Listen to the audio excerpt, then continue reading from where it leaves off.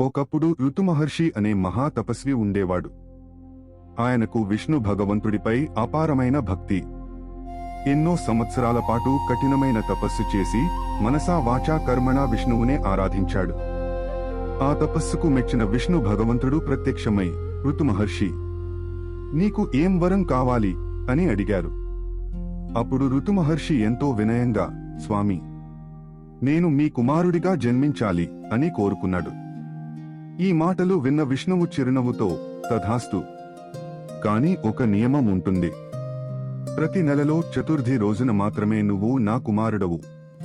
మిగిలిన రోజుల్లో నేను నీ కుమారుడిగా ఉంటాను అని వరమిచ్చారు.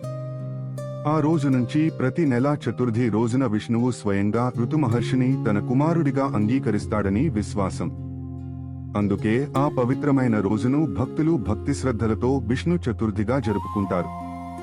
ధర్మో రక్షతి రక్షితః ఛానల్ను తప్పకుండా సబ్స్క్రైబ్ చేయండి.